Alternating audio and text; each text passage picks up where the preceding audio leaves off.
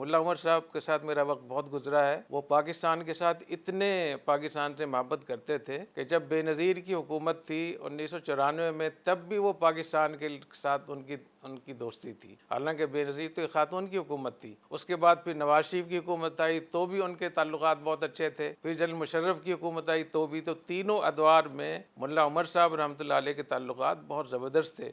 और एक बात ये भी मैं बता दूं कि मुल्ला उमर साहब रहमतुल्लाह अलैह ने ख़ुद अपने हाथ से, अपने कलम से मुझे ख़त लिख कर दिया कि ये मेरी तरफ से कश्मीरी मुजाहिदीन को पहुंचा दें और उनको ये बता दें कि हम आपके साथ हैं और जिस किस्म की भी आपको ताउन की ज़रूरत हो हम आपकी मदद करेंगे। वो जो उनका जो ख़त था मैं ढूंढूंगा कि वो अगर मुझे मिल जाए तो ज़रबे वो उनमें भी उन्होंने शाये करवाया था।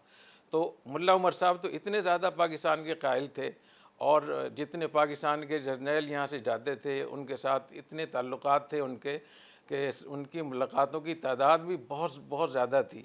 तो अब जो लोग नए लोग आ गए हैं, ये न सिर्फ मुल्ला उमर के ये के रास्ते पे नहीं हैं, बल्कि इनके नज़रियात अब काफ़ी ज़्यादा गुमराही की तरफ आ गए हैं।